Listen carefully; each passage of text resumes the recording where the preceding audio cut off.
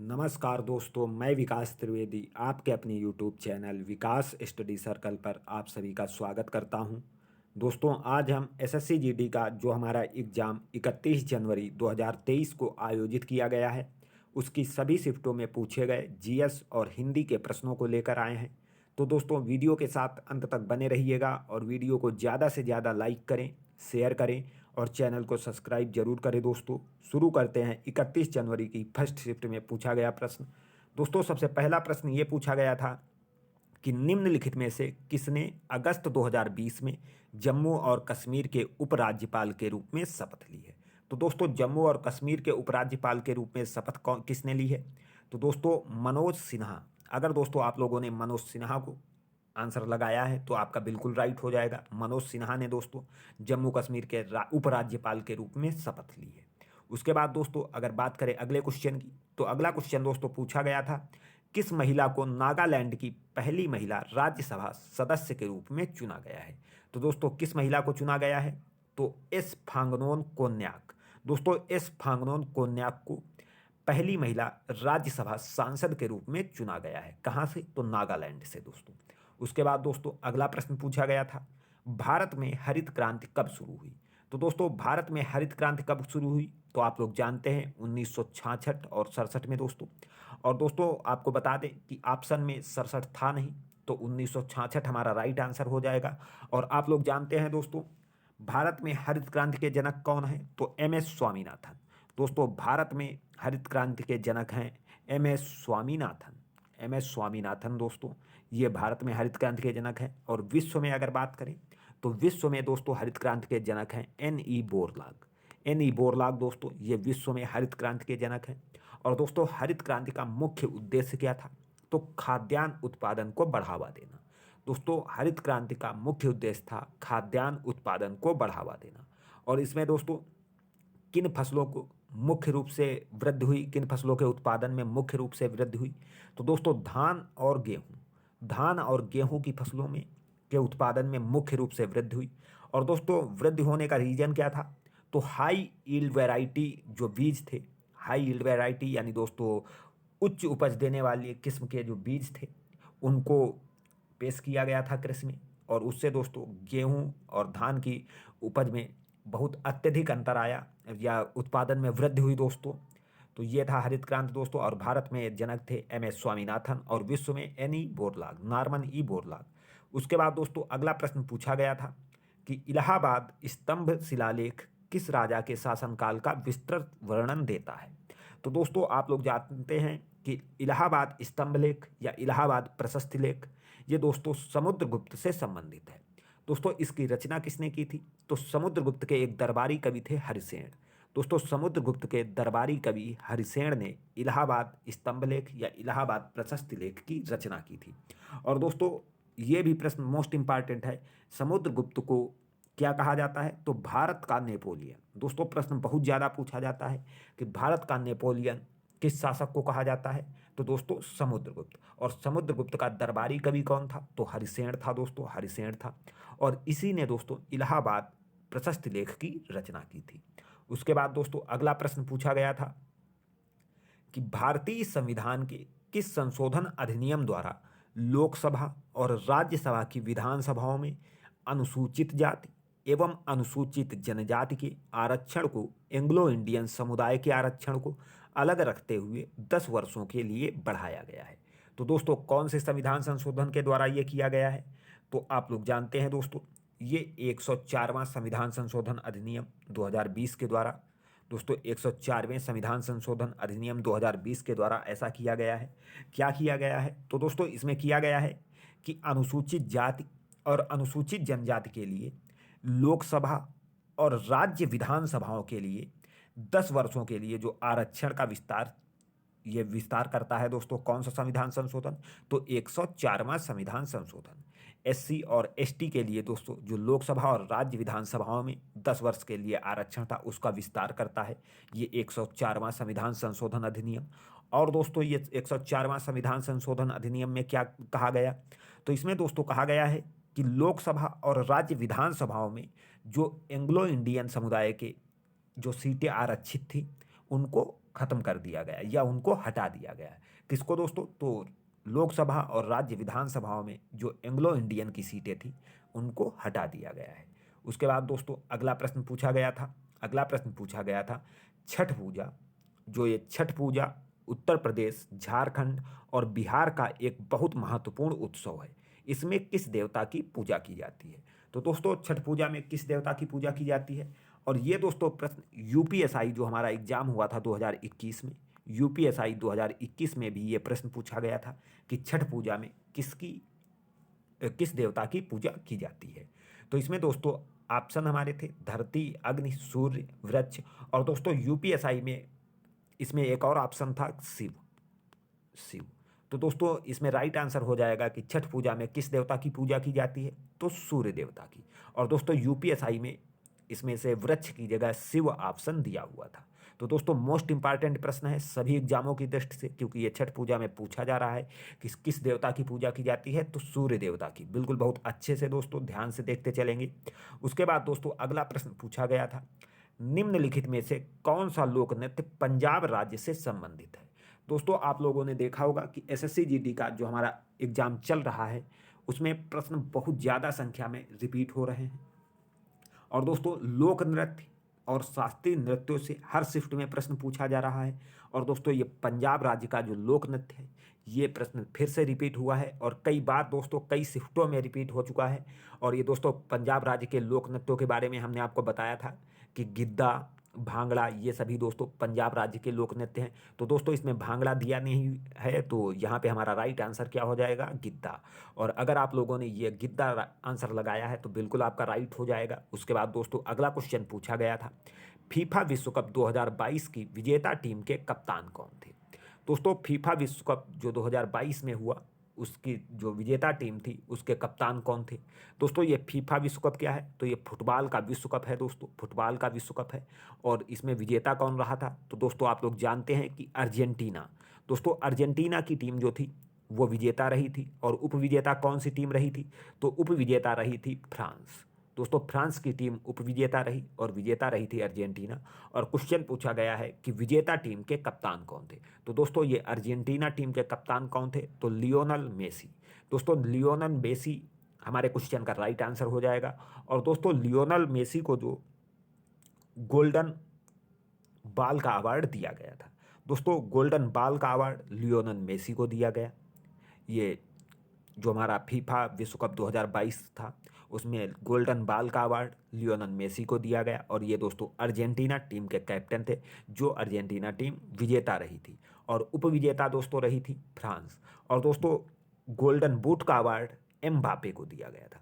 दोस्तों एम्बापे को golden boot का अवार्ड दिया गया। और ये दोस्तों किस टीम के प्लेयर थे? तो फ्रांस टीम के प्लेयर थे एम्बापे। और दोस्तों ये आयोजित कहाँ किया गया था फीफा विश्व कप 2022? तो दोस्तों कतर में आयोजित किया गया था, कतर में आयोजित किया गया था। उसके बाद दोस्तों अगला क्वेश्चन क्या पूछा गया था? तो दोस्तों 31 जनवरी में अगला क्वेश्चन पूछा गया था, भारतीय खेल प्राधिकरण की स्थापना किस वर्ष की गई? तो दोस्तों भारतीय खेल प्राधिकरण की स्थापना किस वर्ष की गई थी? तो आप लोग जानते हैं दोस्तों 1984 में भारतीय खेल प्राधिकरण की स्थापना की गई थी। और इसमें हमारा राइट आंसर क्या हो जाएगा? तो 1984। उसके बाद दोस्तों अगला प्रश्न पूछा गया था, फुटबॉल के मैदान की पिच की लंबाई कितनी होती है? दोस्तों फुटबॉल के मैदान की पिच की लंबाई कितनी होती है? तो इसमें दोस्तों हमारा राइट आंसर क्या हो जाएगा? 105 मीटर लंबा और 68 मीटर चौड़ा होता है। दोस्तों फुटबॉल का जो मैदान होता है वो कितना मीटर लंबा और चौड़ा होता है? तो 105 मीटर लंबा और 68 मीटर चौड़ा होता है। उसके बाद दोस्तों अगला प्रश्न पूछा गया था, दूसरा गोलमेज सम्मेलन कब हुआ था? दोस्तों दूसरा गोलमेज सम्मेलन कब हुआ था? तो सितंबर 1931 में दूसरा गोलमेज सम्मेलन लंदन में आयोजित किया गया था, लंदन में आयोजित किया गया था। और दोस्तों दूसरे गोलमेज सम्मेलन में ही महात्मा गांधी ने भाग लिया था। इसीलिए दोस्तों ये मोस्ट इंपॉर्टेंट है कि 3 गोलमेज जो सम्मेलन हुए थे उसमें दूसरे गोलमेज सम्मेलन में महात्मा गांधी ने भाग लिया था। और दोस्तों 5 मार्च 1931 को 5 मार्च 1931 को गांधी इरविन समझौता होता है। दोस्तों 5 मार्च 1931 को गांधी इरविन समझौता हुआ था।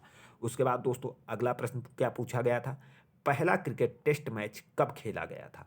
तो दोस्तों पहला क्रिकेट टेस्ट मैच कब खेला गया था? तो इसमें दोस्तों हमारा राइट आंसर क्या हो जाएगा? तो 1877 में। दोस्तों पहला क्रिकेट टेस्ट मैच 1877 में खेला गया। और किन टीमों के मध्य खेला गया था? तो इंग्लैंड, दोस्तों इंग्लैंड और ऑस्ट्रेलिया। दोस्तों इंग्लैंड और ऑस्ट्रेलिया के मध्य खेला गया था पहला टेस्ट मैच। और ये कब हुआ था? तो 1877 में। और कहाँ खेला गया था? तो दोस्तों ऑस्ट्रेलिया के मेलबर्न क्रिकेट ग्राउंड पर। ऑस्ट्रेलिया के मेलबर्न क्रिकेट ग्राउंड पर पहला टेस्ट मैच खेला गया था क्रिकेट का। और कब? तो 1877 में। उसके बाद दोस्तों अगला प्रश्न पूछा गया था, स्वर्ण सिंह समिति से संबंधित है। तो दोस्तों ये क्वेश्चन दोस्तों हमने आपको हजारों बार बताया है, क्योंकि दोस्तों संविधान से जब भी प्रश्न पूछा जाता है तो मौलिक कर्तव्य से प्रश्न पूछा ही जाता है। तो दोस्तों सरदार स्वर्ण सिंह समिति किससे संबंधित है? तो ये मौलिक कर्तव्यों से संबंधित है। दोस्तों सरदार स्वर्ण सिंह समिति की सिफारिश पर ही 42वें संविधान संशोधन, दोस्तों 42वें संविधान संशोधन 1976 के द्वारा हमारे संविधान में 10 मौलिक कर्तव्यों को जोड़ा गया था। तो किस समिति की सिफारिश पर? तो सरदार स्वर्ण सिंह समिति की सिफारिश पर हमारे संविधान में 10 मौलिक कर्तव्यों को 42वें संविधान संशोधन 1976 के द्वारा जोड़ा गया था। और ये दोस्तों किस देश से लिए गए? तो ये रूस देश से लिए गए थे मौलिक कर्तव्य, रूस देश से लिए गए। और वर्तमान में हमारे मौलिक कर्तव्य कितने हैं? तो 11 हैं दोस्तों। और अगर दोस्तों बात करें ये किस भाग में है, तो संविधान के भाग 4 का में। दोस्तों मौलिक कर्तव्यों का उल्लेख है संविधान के भाग 4 का में। और अगर अनुच्छेद की बात करें तो दोस्तों ये अनुच्छेद है अनुच्छेद 51 का में। दोस्तों अनुच्छेद 51 का में मौलिक कर्तव्यों का उल्लेख है। और भाग कौन सा है? तो 4 का। और ये किस समिति की सिफारिश पर दोस्तों जोड़े गए थे? तो सरदार स्वर्ण सिंह समिति की सिफारिश पर 42वें संविधान संशोधन अधिनियम 1976 के द्वारा।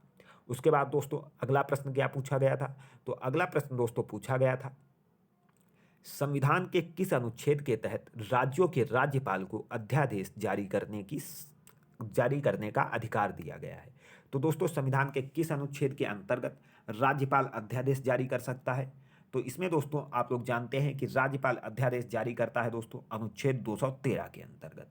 दोस्तों अनुच्छेद 213 के अंतर्गत राज्यपाल अध्यादेश जारी करता है। और अगर हम लोग बात करें कि राष्ट्रपति अध्यादेश किस अनुच्छेद के अंतर्गत जारी करता है, तो राष्ट्रपति जारी करता है दोस्तों अनुच्छेद 123 के अंतर्गत। राष्ट्रपति जारी करता है अध्यादेश दोस्तों अनुच्छेद 123 के अंतर्गत। और राज्यपाल जारी करता है अनुच्छेद 213। तो दोस्तों हमारे क्वेश्चन का राइट आंसर क्या हो जाएगा? अनुच्छेद 213। उसके बाद दोस्तों अगला प्रश्न पूछा गया था, पृथ्वी की सतह की सबसे ऊपरी परत को क्या कहा जाता है? तो दोस्तों पृथ्वी की जो सबसे ऊपरी सतह है उसको क्या कहा जाता है? तो इसमें हमारा राइट आंसर हो जाएगा भूपर्पटी। दोस्तों भूपर्पटी ये पृथ्वी की सबसे ऊपरी सतह है। उसके बाद दोस्तों अगला प्रश्न क्या पूछा गया था, एक अच्छी तरह से सड़े पौधों और पशु अवशेष कौन सी खाद का एक प्रकार है? दोस्तों जो बहुत अच्छे से सड़े हुए पौधे और पशु अवशेषों से बनी खाद क्या कहलाती है? तो ये दोस्तों कहलाती है कंपोस्ट खाद। कंपोस्ट हमारा ऑप्शन नंबर 2 सही हो जाएगा। और दोस्तों अगर आप लोगों ने कंपोस्ट लगाया है तो बिल्कुल सही हो जाएगा। उसके बाद दोस्तों अगला प्रश्न क्या पूछा गया था, दूध निम्नलिखित का उदाहरण है। दोस्तों दूध किसका उदाहरण है? तो आप लोग बहुत अच्छे से जानते होंगे, ये पायस का उदाहरण है दोस्तों। दूध पायस का उदाहरण है। उसके बाद दोस्तों ब्रह्मपुत्र नदी का उद्गम कहाँ से होता है? प्रश्न पूछा गया था ब्रह्मपुत्र नदी का उद्गम कहाँ से होता है। दोस्तों आप लोग देख रहे होंगे कि हर शिफ्ट में नदी के उद्गम स्थान से भी प्रश्न पूछा जा रहा है। तो और 31 जनवरी की शिफ्ट में पूछा गया है कि ब्रह्मपुत्र नदी का उद्गम स्थान कहाँ से होता है। तो दोस्तों इसमें हमारा राइट आंसर क्या हो जाएगा? तो कैलाश श्रेणी का चेमायुंगडुंग ग्लेशियर। दोस्तों कैलाश श्रेणी का चेमायुंगडुंग ग्लेशियर जो है ये ब्रह्मपुत्र नदी का उद्गम स्थल है। उसके बाद दोस्तों अगला क्वेश्चन क्या पूछा गया था? अगला क्वेश्चन दोस्तों पूछा गया था कि नादिर शाह द्वारा कैदी बनाकर लाए गए मुगल सम्राट कौन से थे, निम्न में से कौन से थे? तो इसमें दोस्तों आप लोग जानते हैं कि 1739 ईस्वी में दोस्तों दिल्ली पर नादिर शाह ने आक्रमण किया था। और दोस्तों दिल्ली पर आक्रमण किया था नादिर शाह ने। और उस समय दिल्ली पर मुगल वंश के शासक मोहम्मद शाह का शासन था। और इसी को दोस्तों बंदी बना लिया था किसने? तो नादिर शाह ने। और दोस्तों ये नादिर शाह का मुख्य आक्रमण करने का उद्देश्य था धन अर्जित करना, और इसने दोस्तों दिल्ली में लूटपाट की, और शाहजहां के द्वारा बनवाया गया मयूर सिंहासन तख्ते ताउस को भी ये दोस्तों अपने साथ ईरान लिए गया। ये दोस्तों ईरान का निवासी था, और ईरान लिए गया किसको, तो तख्ते ताउस, और कोहिनूर जो हीरा था उसको भी दोस्तों ये लिए गया था नादिर शाह। तो उसके बाद दोस्तों आगे हम लोग हिंदी का जो हिंदी के क्वेश्चन पूछे गए उन पर चर्चा करेंगे। तो दोस्तों बहुत अच्छे से देखते चलेंगे। अंटी मारना का अर्थ है दोस्तों, अंटी मारना का क्या अर्थ है, तो इसमें दोस्तों हमारा राइट आंसर हो जाएगा चाल चलना। दोस्तों अंटी मारना का अर्थ है चाल चलना। उसके बाद दोस्तों अगला क्वेश्चन पूछा गया था, दिए गए वाक्य में रेखांकित खंड को प्रतिस्थापित करने के लिए सबसे उपयुक्त विकल्प का चयन करें। यदि इसे प्रतिस्थापित करने की आवश्यकता नहीं है तो विकल्प किसी बदलाव की आवश्यकता नहीं है का चयन करें। कुछ क्या पूछा गया है, कुछ समय बाद वे वापस लौट आएंगे। तो दोस्तों कुछ समय के बाद वो वापस लौट आएंगे, तो इसमें हमारा क्या सही हो जाएगा कि वे लौट आएंगे, कुछ समय के बाद वे लौट आएंगे। तो दोस्तों ऑप्शन 3 सही हो जाएगा, कुछ समय के बाद वे लौट आएंगे। उसके बाद दोस्तों अगला प्रश्न पूछा गया था, अधोलिखित में रोब ना रह जाना, रोब ना रह जाना किस मुहावरे का अर्थ है। तो दोस्तों रोब ना रह जाना किस मुहावरे का अर्थ है, तो दोस्तों हवा का रंग देखना, हवा का रंग देखना ये दोस्तों हो जाएगा रोब ना रह जाना। उसके बाद दोस्तों अगला क्वेश्चन क्या पूछा गया था, अगला क्वेश्चन दोस्तों पूछा गया था,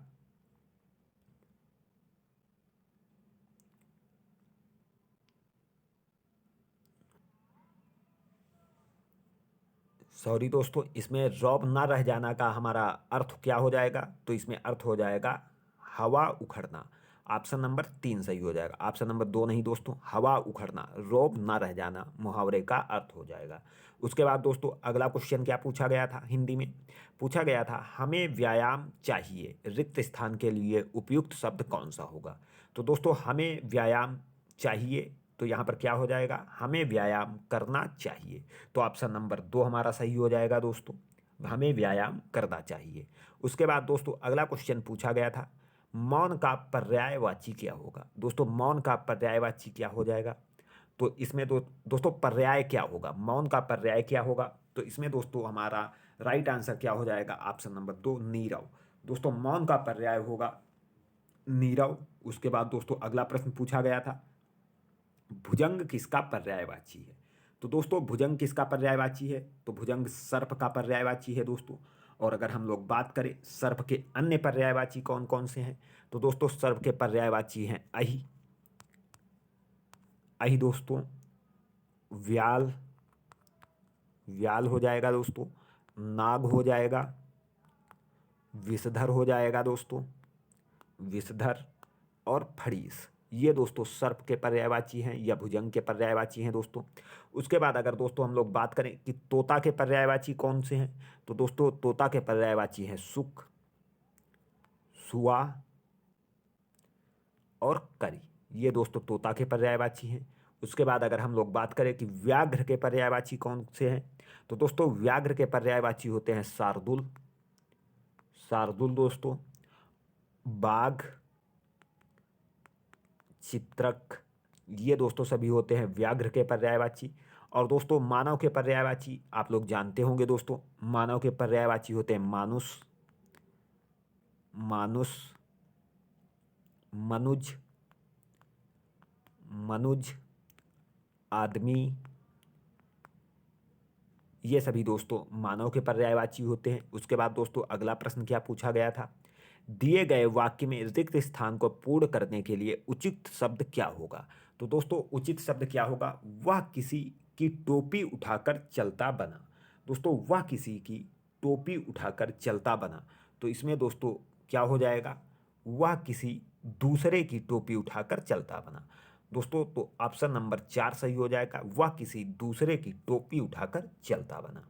उसके बाद दोस्तों अगला प्रश्न पूछा गया था, दिए गए वाक्य में रेखांकित अंश को प्रतिस्थापित करने के लिए सबसे उपयुक्त विकल्प का चयन करें। दोस्तों कौन सा विकल्प होगा, तो आयोग की रिपोर्ट लोकसभा में अध्यक्ष महोदय के समक्ष अर्पित की गई। दोस्तों आयोग की रिपोर्ट लोकसभा में अध्यक्ष महोदय के समक्ष अर्पित की गई। तो इसमें दोस्तों हमारा क्या हो जाएगा, अर्पित नहीं दोस्तों, प्रस्तुत हो जाएगा, प्रस्तुत की गई। उसके बाद दोस्तों अगला प्रश्न क्या पूछा गया था हिंदी में, दोस्तों दिए गए वाक्य में रेखांकित खंड को प्रतिस्थापित करने के लिए सबसे उपयुक्त विकल्प का चयन करें। और दोस्तों अगर यदि इसे प्रतिस्थापित करने की आवश्यकता नहीं है तो विकल्प किसी बदलाव की आवश्यकता नहीं है का चयन करें। मेरे आंसू से तौलिया गीला हो गया। दोस्तों मेरे आंसू से तौलिया गीला हो गया, तो इसमें क्या हो जाएगा दोस्तों, इसमें दोस्तों हमारा राइट आंसर हो जाएगा मेरे आंसुओं से तौलिया गीला हो गया। दोस्तों मेरे आंसुओं से तौलिया गीला हो गया, तो ऑप्शन नंबर 4 सही हो जाएगा। ऑप्शन नंबर 4, मेरे आंसुओं से तौलिया गीला हो गया।